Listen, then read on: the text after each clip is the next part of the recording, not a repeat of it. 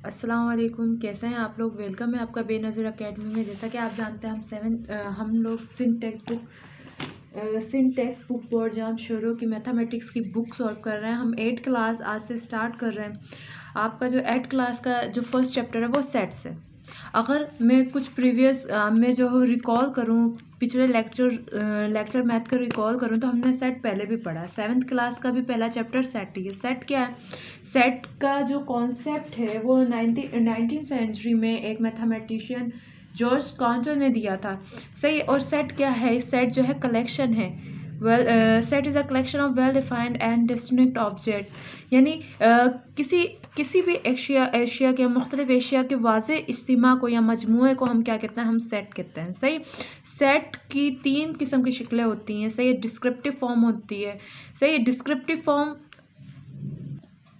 Descriptive form या बयानी शक्ल क्या होती है? हम लोगों ने प्रीवियस क्लास में भी पढ़ रखा है कि अगर मैं लिखूं कि सेट, जैसे कि मैंने बताया क्या है, कलेक्शन है, डिस्टिंक्ट ऑब्जेक्ट की कलेक्शन है। अगर मैं डिस्क्रिप्टिव फॉर्म में ये लिखती हूँ कि पहले 6 मुफरद अदद का सेट। सही। ये मेरा सेट है जो है ना, यानी पहले 6 मुफरद अदद का सेट। या मैं इसे अंग्रेज़ी में लिखना चाहूँ तो मैं लिखूँ, इस तरह से लिख सकती हूँ। फर्स्ट 6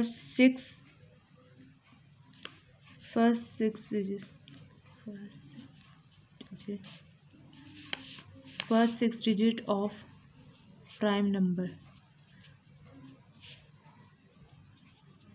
सही।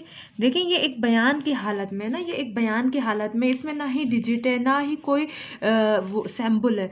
सही। बस क्या है, एक बयान है कि पहले 6 मुफरद अदद का set, first 6 digit of prime number. सही। प्राइम नंबर या मुफरद अदद होता क्या है? प्राइम नंबर और मुफरद अदद होता क्या है? ऐसे अदद जो सिर्फ और सिर्फ अपने ही टेबल में आते हों, यानी और किसी दूसरे टेबल में ना आते हों, सही, उसे हम कहते हैं मुफरद अदद या प्राइम नंबर। जैसा कि आप देखें कि 2 है, सही, वो अपने टेबल में आता है। 3 है, 3 और किसी टेबल में नहीं आता। इसी तरह से 5 है, इसी तरह से 7 है, और इसी तरह से 11 है, देन 13 है।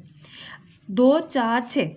सही। और मैं चूँकि प्राइम नंबर को हम पी से करते हैं तो इसलिए मैं इस सेट को भी पी कर देती हूँ। अब देखिए मुफरद अदद का, सिर्फ मुझे ये कहा था आप ऐसा सेट बनाएं जिसमें 6 मुफरद अदद आ रहे हैं ना, पहले 6 मुफरद अदद आए, तो मैंने ये सेट बना लिया। तो मेरे पास एक इन्फॉर्मेशन थी जिसके तहत मैंने ये सेट बना लिया। और दूसरी जो एग्जाम्पल होती है वो होती है, सॉरी मैं एग्जाम्पल कह गई, या दूसरी फॉर्म जो होती है, दूसरी शक्ल जो होती है सेट की, वो होती है अंदराजी शक्ल या ट्यूबुलर फॉर्म। इसको हम कैसे लिखते हैं कि हम सपोज कर लेते हैं कोई सेट ए है, सही, और हम कह रहे थे 1 2 3 4 5, सही। इस तरह से ये डिजिट हैं। सही। या हम इनको लेटर्स में भी लिख सकते हैं कि कोई सेट बी है जो है ए बी सी और ये डी। सही। अब देखिए मैं ये इंदराजी मतलब मैंने बाकायदा इसमें एंट्रीज लिखी हुई हैं, और हमें पता है ये जो चीज़ होती है ये क्या कहलाते हैं? किसी सेट के एलिमेंट्स कहलाते हैं, या इनकी इंदराज कहलाती है। सही।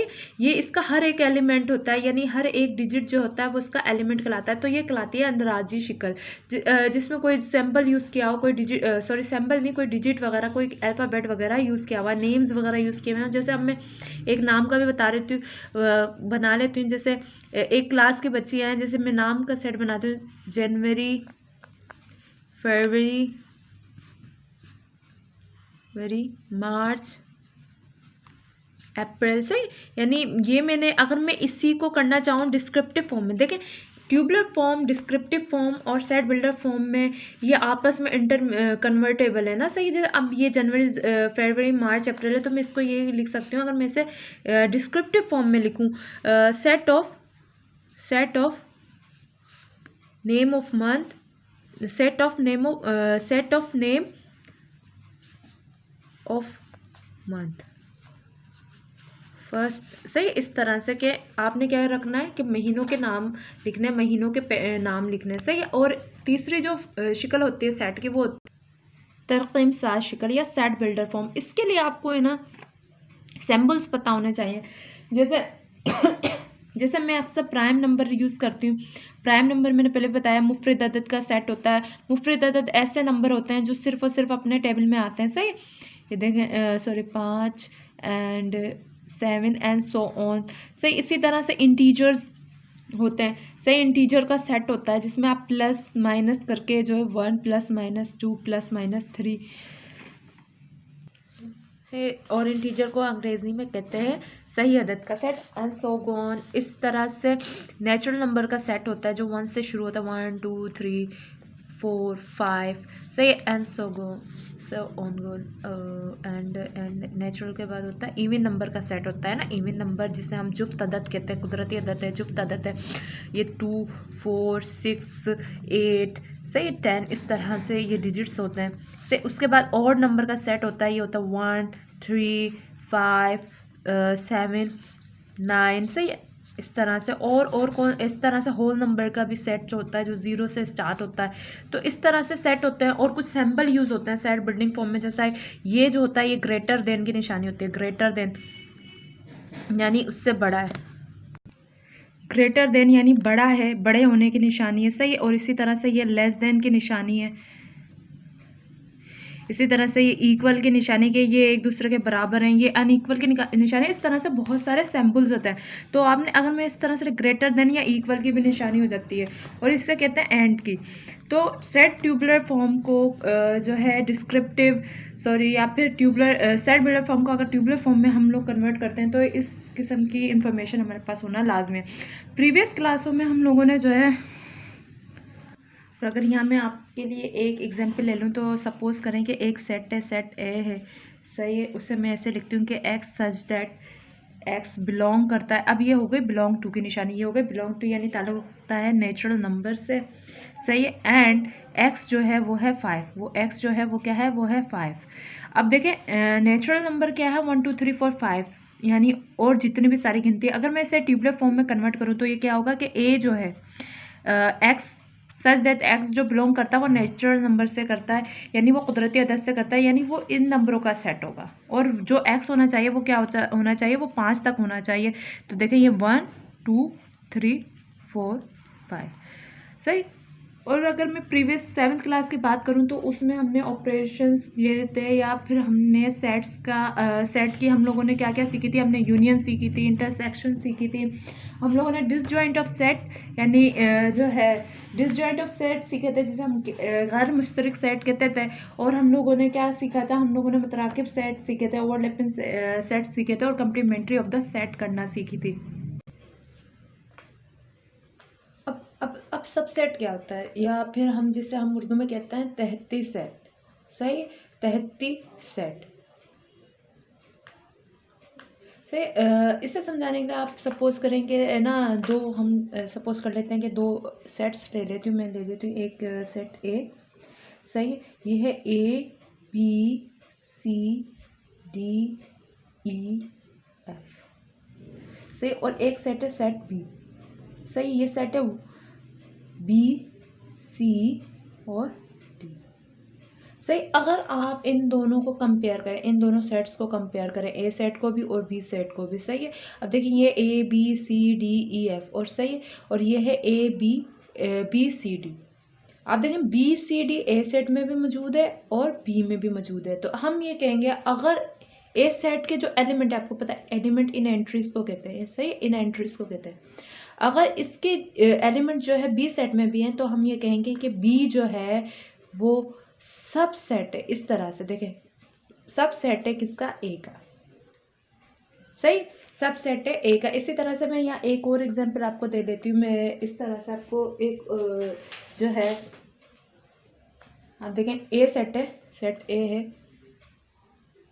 5 6 7, और सेट बी है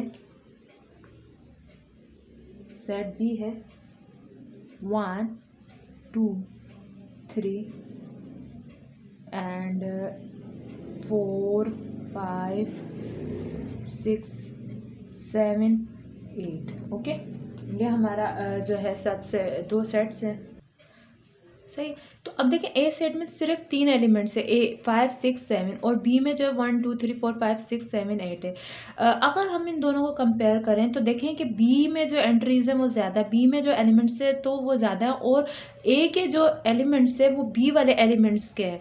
सही, मतलब 5 6 7 इसमें और 5 6 7 इसमें, तो हम ये कहेंगे कि ए जो है वो सबसेट है बी का। यहाँ बी सबसेट ए का नहीं होगा, क्योंकि बी के जितने भी ए के जितने भी एलिमेंट है वो सारे बी सेट का हिस्सा है। इसी तरह से सबसेट जो होते हैं वो दो किस्म के होते हैं, एक होता है प्रॉपर सबसेट,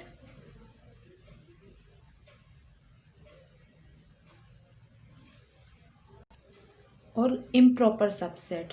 प्रॉपर सबसेट को उर्दू में वाजिब तहती सेट कहते हैं, और इम्प्रॉपर सबसेट को गैर वाजिब तहती सेट कहते हैं। सही। अब जो है अगर हम इस तरह से देखें कि अगर जो है आप वही सपोज कर लें कि सिर्फ और सिर्फ अगर देखें, मैंने यहाँ 3 सेट ले ली, ए बी और सी। अगर मैं आपको बोलूं कि अगर आप बी और सी को देखें तो ए में जितने भी एलिमेंट है वो बी और सी में भी हैं।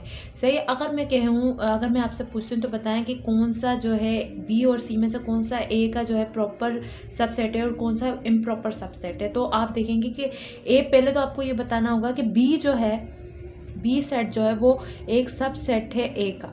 ऐसा क्यों है? क्योंकि जो बी के जितने भी एलिमेंट है वो सारा हिस्सा है 2 के और ए के, और ए सेट जो है वो बी सेट से थोड़ा सा बड़ा है। सही। और ये जो होगा ये इम्प्रॉपर सबसेट होगा। किस तरह से होगा कि बी के जितने भी एलिमेंट है वो जो है 2 और मतलब जो वो ए सेट का हिस्सा है, यानी बी जो है वो बराबर है, बी सेट के जो एलिमेंट है वो बराबर है ए सेट के एलिमेंट के। सही है। तो ये जो हो जाएगा वो इम्प्रॉपर सबसेट हो जाएगा। इसके नीचे तहती सेट की जो निशानी है उसके नीचे ये बार आ जाएगा। सही। अगर दो सेटों में जो एलिमेंट है वो बिल्कुल यकसा हो, थोड़ा सा भी उसमें इख्तलाफ ना हो, तो आप कहेंगे वो एक दूसरे का इम्प्रॉपर सबसेट है। जबकि जो सी सेट है वो भी सबसेट है ए का, क्योंकि इसमें 4 5 और 5 6 और 5 6 कॉमन है। सी जो है वो सबसेट है ए का, पर इम्प्रॉपर नहीं है, प्रॉपर सबसेट है। सारे नहीं है, क्योंकि इसमें ये देखें ये 7 से मुख्तलिफ है।